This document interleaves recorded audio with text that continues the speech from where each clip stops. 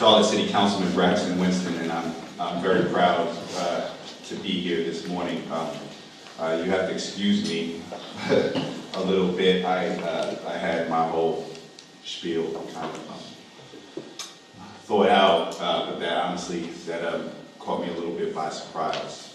And I would be lying if I didn't tell you I feel a bit emotional right now. That picture, that first picture, where I'm standing in front of the police, it represents a lot. It represents a lot. But I have a lot of pride, and it has a lot of effect on a lot of people. I am very cognizant of the symbolism that people feel when they see it. But it's hard because that picture also represents the worst night of my life.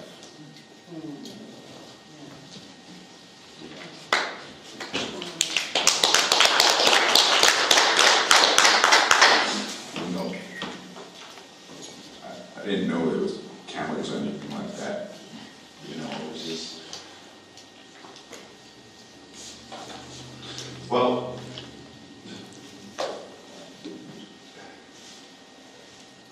Concord and Cabarrus County actually plays a special role in this whole process. As Dawn was saying, 2016 was a strange year. I remember playing a lot of Pokemon Go that year as well. Particularly a lot of times up here, my 9 to 5, I work in entertainment production. I'm a union stagehand, I'm a union man. But stagehand work is in a certain genre, a certain part of production. Generally, it's in theaters where we're backstage, we set up all the lights and sounds and scenery and costumes that go with a Broadway show or a rock and roll concert. I'm a camera operator. I run a camera for the Charlotte Hornets. I do a lot of sports television. There's but so far you can go in that world. And I was always trying to break into the film and TV business, and we know the politics behind that. And we were once a burgeoning, emerging place for that industry to grow. And people, Hollywood love doing business here in North Carolina. But a couple of years ago, specifically under Governor McCrory, and when Tom Tillis ran for Senate, they ran to make North Carolina one of the least unionized state in the nation. They pretty much succeeded in that. They drove away the movie industry, which is it involves a lot of union labor. They did that by doing away with the film tax incentive, which I think is actually a Republican ideal. You have lower corporate tax rates to spur business growth, and it worked here in North Carolina. But they drove that away, and they didn't get rid of it completely. There was a very small tax incentive. But the effect of that was the majority of the work left, and so a lot of the workers who weren't just breaking in, but were surviving off of it, had to leave the state. So when Shots Fired, a Fox TV miniseries, decided to come, there was an opportunity for me to find my way into this industry, strange enough.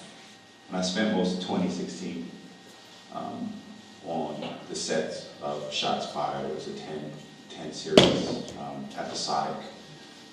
Shot a lot all over the greater Charlotte region. Spent a lot of time here in Concord, in Cabarrus County at large. A lot of times I was a grip, so we would set up the scene, and they would shoot for 4 hours, and I was sitting on the back of the truck playing Pokemon Go. But it was crazy because Shots Fired, what it was a 10-show episodic set in a small town in North Carolina, where there's a cop killing. This cop kills an unarmed black man, and it uncovers a bunch of underlying corruption within the sheriff's department, within the local government. There's a riot that we shot. I remember last night, you know, it was one of those scenes where they had the big old MCAT tanks drive through, and, you know, 2016 was already there was a collective feeling of anger at what is going on around us, whether it be with police killings, the federal election, or the elections of 2016. But I just remember, like, seeing all that stuff, it's like, wow, you know, like, what if this happened here? I've never seen an attack on the streets and that type of force. That show ended in August of 2016, and it was a good check for several months, but it was gone, so I had to get back to my regular grind. I was doing more stagehand work on I was coaching. Actually, on the day of September 20th, 2016, I was up at Cannon School, right up the street, coaching the middle school football game. I had a gig that night. We had a show in the Spectrum Center in Charlotte, and I had to get back from football game, get back home for a few hours. My mother was in town for my daughter's 3rd birthday, and she was leaving back to Brooklyn the next morning, so I was like, let me get home so I could spend some time with her. I stopped after I left. We won the football game that day. There's nothing like winning a football game, regardless if you're a player, coach, fan, parent, whatever. So I was on a high, and I stopped over at the BJ's off Concord Mills Boulevard to get some gas. And a couple of friends of mine from college were in a group chat, and they said, you know, CMPD had killed a man. And I looked at the map. I was right here. I live over here in the Nodi area of Charlotte. Old Concord Road, where he was killed, was right there. And it was kind of on my way home. I always like driving down 85. I'll take side roads whenever I can. So I was like, you know, this has never happened before. So close in vicinity, so close in time, proximity to me. So I've never been one to totally believe what people tell me. I just need to see some things for myself at times. So I decided to take a look and observe. And if I wasn't in Concord on that day, probably would be standing in front of you right now. When I got to the scene, you know, as Dawn said, I mean, there was anger.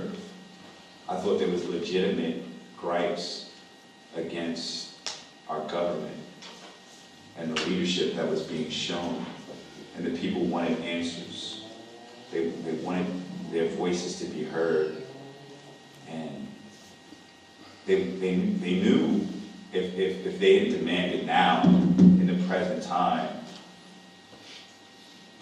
there was not going to be a tomorrow to ask for it. It would, to this day, a lot of people don't know in Charlotte about that first night on Old Concord Road. They think it started uptown the next day. But I heard the people, and I knew that their conversation wasn't constructive. They weren't able to connect in a way that there would have been a dialogue. But they had the right to be out there. And so I decided, I won't go too much into the details of the night, but I decided that I had a role to play. And that picture represents just a moment in time. But what I like people to get out of it is that I'm willing to stand up when the times are most difficult. but stand up for both sides, all sides, to try to get it right. I was an intermediary that night and really every night since, a vessel that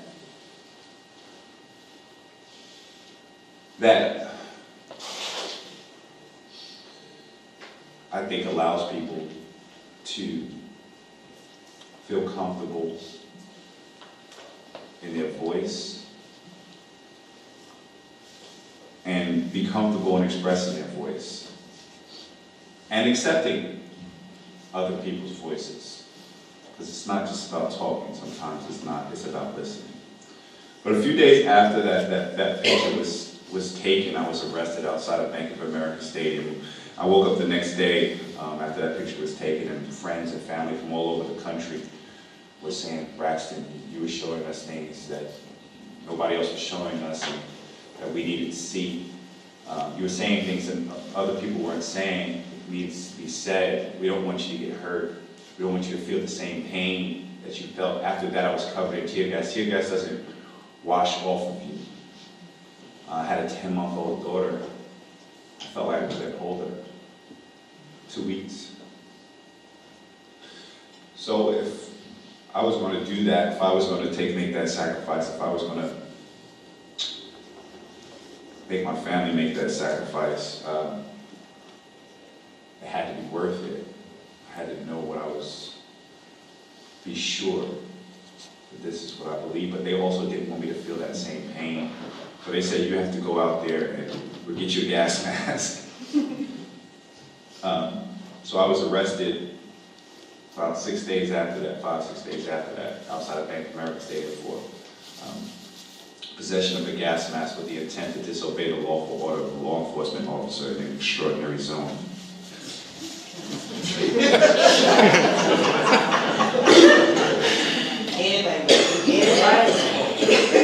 I was locked up for 10 hours on a third-degree misdemeanor violation of the city ordinance. And again, that thought ran through my mind. I felt like I was targeted. Pretty sure I was targeted. I thought of my family. It was the first time during that time where I was concerned for their well-being. So I got out. I was released on bail.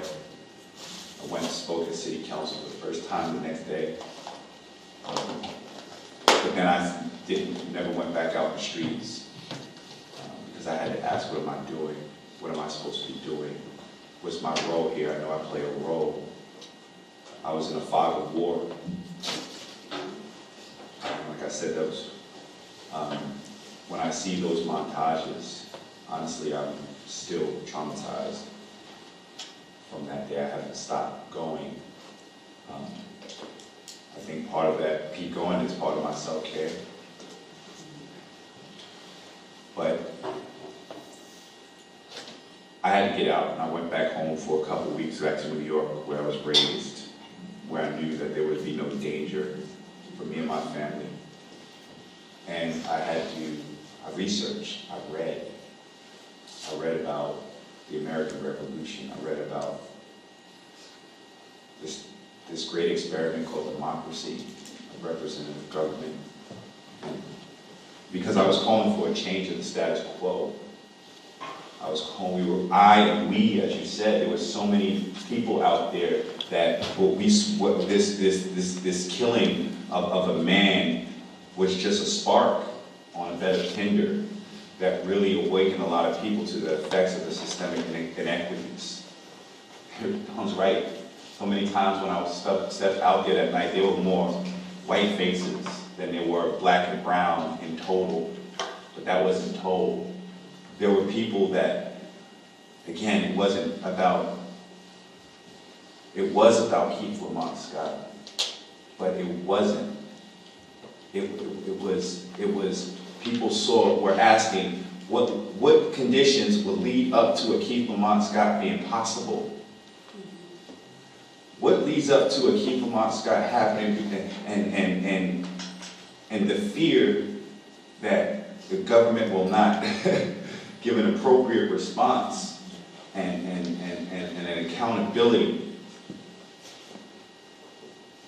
So I had questions. I had questions. What does this all mean, and what role do I play in it? And I came back to Charlotte and I started asking people, you know, there's something I'm supposed to do here, and I don't know totally what it is. And I was given, you know, people are good. People are good. So many people open their doors and arms to me. Not a lot of people had answers, because I guess if we had all the answers to these questions, we wouldn't be here today trying to figure it out. We'd be chilling on this beautiful day, you know, first week of March, getting ready for spring. But we figured that there were three legs that kind of held up this stool that's Braxton and what I'm supposed to be doing here. There was a citizen journalism aspect where I had to continue to show up to things, be present, and objectively disseminate facts so people could determine the truth as they saw it. Because when we saw it, we were able to see truths that we didn't expect to see, feel, or experience. And that's important. But of course, I did a lot of talking in between the moments that I was silent, and people found solidarity in what I was saying, and they gave me the privilege and responsibility to amplify their voices. So I became an activist. But I graduated from Davidson College, and I graduated with a degree in anthropology, and so I look at things through the cultural lens, I like to call it. And culture is one of those words that we use all the time, but who can define what it means? I like to define culture from my anthropological view of how we do what we do. And while this is good right here, you know, we need to touch each other, county to county, organization to organization, individual to individual. We are a culture of laws and policy. And the way we really need to affect cultural change in this nation is through the halls of government, where we can affect laws and policy. And I think what we all agreed on, regardless of where we find ourselves on the political spectrum, or economic spectrum, or faith spectrum in Charlotte, is that during those days in September, we experienced a vast vacuum of leadership in government amongst our elected and appointed officials. But I wasn't looking to run myself. I was looking to find new leaders and new ideas and push those folks forward. But the type of leadership, as I continue to go to these rooms and sit at these tables and try to figure out what we needed to do, it became clear that I was the leader, and some of the ideas that I had needed to be voiced at the table. So I had to take on another role. I had to become a candidate. I didn't decide till June of last year to run for office. I announced June 23rd. The primary was in September. But I also knew if I ran, it wasn't just to amplify one issue. That picture, like I said, it's an inspirational picture. It's a good picture. It doesn't always initially help when you want to run for office.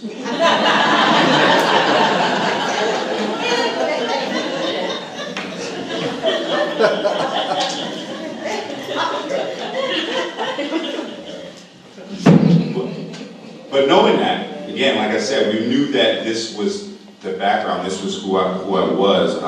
We're still figuring this you know, everything, while I had different hats on, if I'm a journalist or an advocate, an advocate, it's still me, it's still my voice, it's still, it's just different roles. So I want to talk to the candidates right now. What we really had to figure out as I was putting my team together and getting the folks behind me was, what am I as a candidate? What do I believe in? I couldn't just go say, power to the people, follow Braxton, believe me, we can do this. You know, this is messed up, the systemic inequities, and we have to disrupt the system. What does that mean? What does that mean? On top of that, I was criticizing a bunch of Democrats. Charlotte City Council was and still is 9-2 Democratic majority. But these were the same leaders that failed, in my opinion. You know, George Washington warned, they wanted him to run forever. He could have been king of America, the first president, the first king. But he warned, in explaining his decision why not to run for a third term, is that we can't, I'll interpret it crudely, but party politics and religion are what we need to be most wary of as we move forward in this great experiment. So, like I said, I had to figure out what I wanted people to follow. Now, I'm a proud Democrat, always have been, because and this is why I think I am, because over the past years, it's been tough, to be completely honest. What does it mean to be a Democrat? What do we stand for? What are our principles? And I had to think, what are my principles? And I'm a proud Democrat because I believe first and foremost in the equal protections, expanding the equal protections of rights under the law for all people. And I am not afraid to use government to pull those levers. That's the first thing I think about when I approach an issue, is this equity lens. It's not that I don't think of free trade and taxes and corporate, health and small businesses. It's just that that's not my primary thought.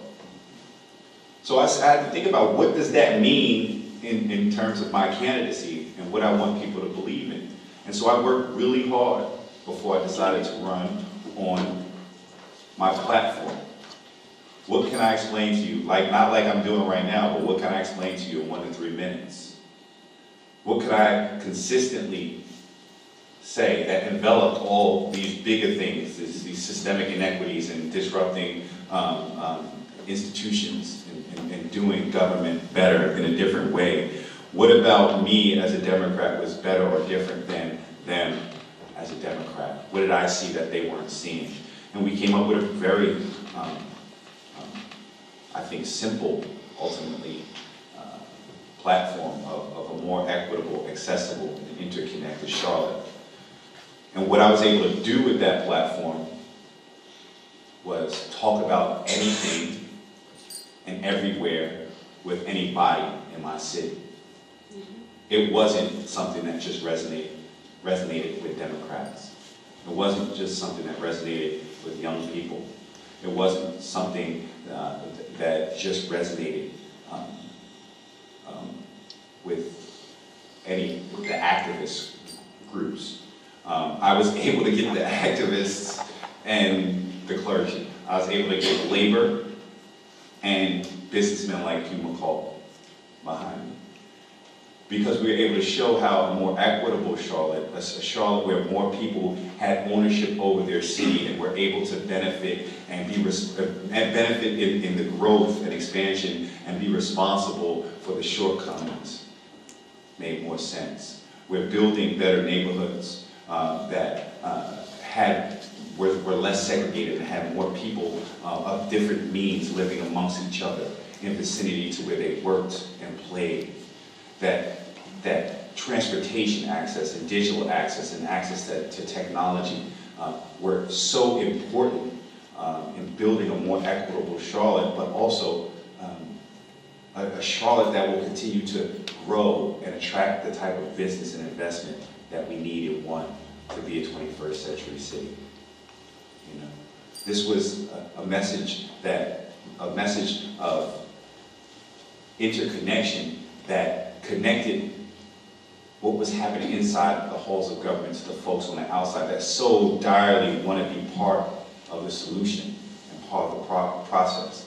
It was an interconnection message that said, city, county, state, federal, y'all have to be working together for the good of us, because we don't have the time, patience, or resources for you to be messing around with those things. That interconnection that says what happens in Charlotte means something here up in Cabarrus County, or Wake County, or in Cincinnati, Ohio. That we have the same problems. Yes, there are urban-rural divides and party divides even, but we all love this place. We all want to go nowhere else. We just want to figure out how to be happy, healthy, and safe in our homes. And the interconnection that these problems, these issues that we're equipped to deal with them. That we don't have to reinvent the wheel. That there are good people doing good things. If only we could give them a little more support. If we would only stop looking as a government at the usual suspects, you know, those platinum level sponsors. Let's hear the folks that are crying out literally. Let us help. These are our streets. We know what these streets need. Don't push us away. Don't beat us down. Push us forward. So that's what we did. Candidates, give your volunteers, give the people that want to help you something to talk about. Let them go to every door, and don't just say that you're a proud Democrat or that there's a blue wave coming.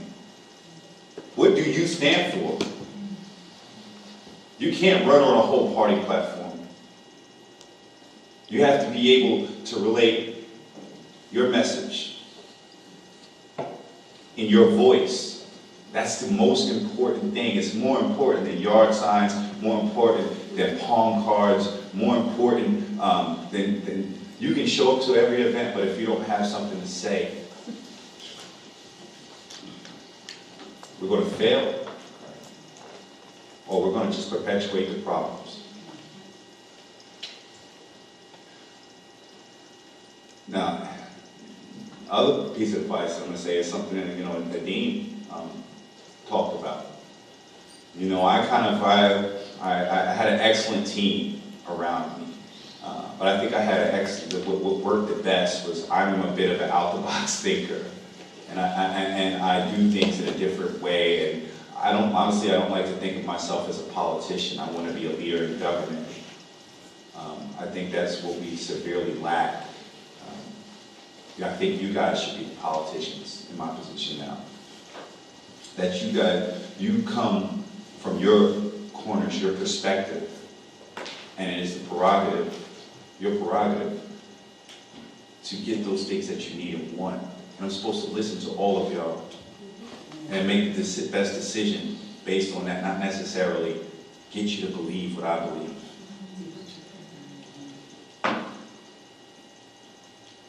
But, so you had the way I think, and the people that were working on my campaign were more traditional, campaign folks. Been doing it for years and some decades. But there's wisdom in that. You have to do the work. You have to do the work. You have to get that call time in. You gotta knock on the doors. You gotta go to the events. And when you get people on the phone, you gotta ask them. When they say no, it's all right. Ask the next question. He says no, it's all right. Follow up with the next question.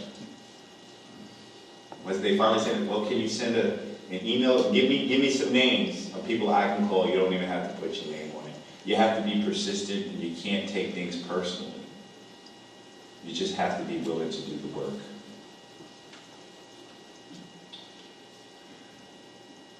And I ask all of you, I'll finish up by asking all of you, please be willing to do the work. We're at a time where regardless of political affiliation, regardless of how engaged you are or how apathetic you may be, we're not doing enough work to perpetuate this great experiment, to exhibit the philosophy of civic virtue. Thomas Jefferson posited that every republic before the United States of America failed. It's true. And it failed because the people lost their penchant for civic virtue, or the willingness to do the inconvenient or uncomfortable tasks for the greater good of the republic. And the greater good is to achieve arete, which is a Greek word that means excellence in all areas. That a republic needs to be excellent in all areas. It can't just have the strongest army, because it won't be able to feed its people. It can't just have the best agricultural system, because it will be invaded. It can't just focus on education, because who's going to do the work of building the buildings? You have to be excellent in all areas to be successful. And you imbalance yourself when you give up that civic virtue. The strength of the institutions, the centralized institutions, grow strong for the comfort and convenience. And that's where I think we are right now. Whether it be our criminal justice system, where certain folks don't want that to come over here. We don't want to deal with mental illness. We don't want to deal with racial problems. We don't deal with poverty. So we say, criminalize it. And you run into the prison industrial complex. How do you get it back? So we have to achieve arete. So we have to be intentional about protecting this and pushing our values forward, but your values, not just an institution's values, because this is an institution as well.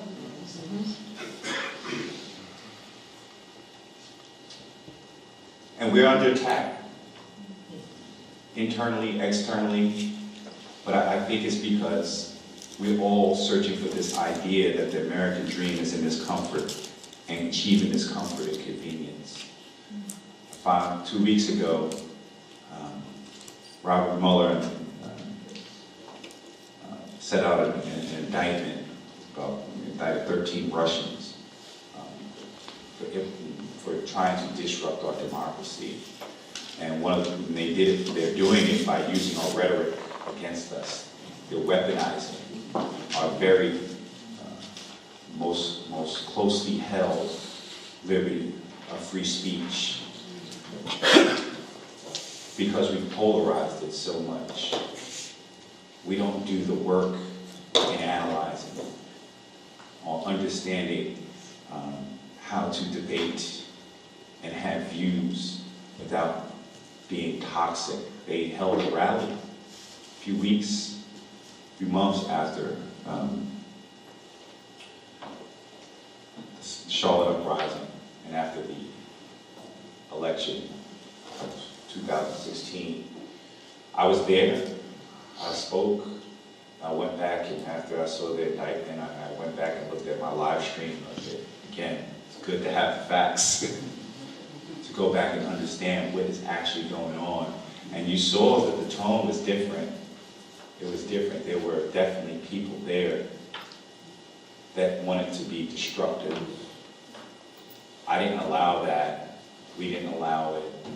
There was a sort of vindication when I saw that indictment, because I knew as I look through social media, especially since I've been elected, people are showing up at funny voices. They create a circular motion of agitation, and people are falling into it because we're not doing the work. We're not paying attention to what's happening right in front of us. We are not dealing with issues and coming up with solutions. We're just falling into the pools of rhetoric. And that's not what it's going to take. It's not what it's going to take to change up this election cycle. It's not what it's going to take to change our counties and our state. And it's definitely it's not what it's going to take to be successful in this great experiment of self-governance. So I thank you for having me. Sorry for rambling on.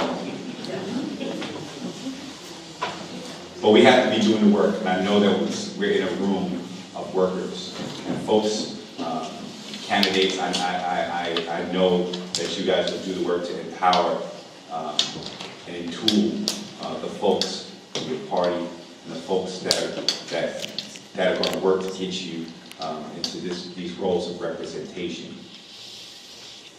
Do the work so they can go everywhere, so you can talk to everybody and you can talk about anything. And that's how we're going to be successful this year and moving forward. Thank you guys very much.